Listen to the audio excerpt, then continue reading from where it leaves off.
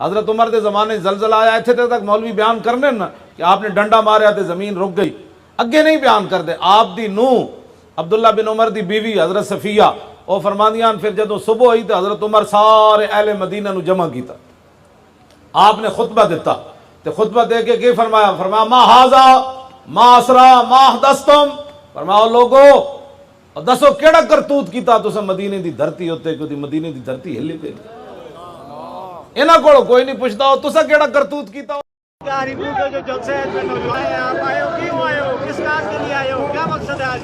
اعوذ باللہ من الشیطان الرجیم، بسم اللہ الرحمن الرحیم. ہم خان صاحب کا جلسہ سننے آئے ہیں، لیکن سب سے پہلے ایک ہمیں تھوڑا سا خان صاحب سے یہ مطالبہ بھی ہے کہ یہ ایک غلط کام بھی ہو رہا ہے جلسے میں. وہ یہ ہے کہ سب سے پہلے انہوں نے کہا کہ اعوذ باللہ من الشیطان الرجیم بسم اللہ الرحمن الرحیم ایاک نعبد و ایاک نستعین، یہ بات کی ہے انہوں نے.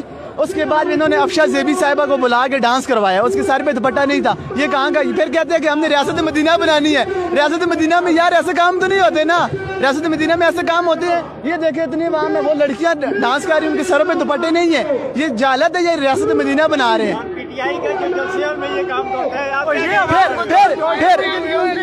پھر آپ ایاک نعبد و ایاک نستعین ریاست مدینہ کی بات کیوں کرتے ہیں یار؟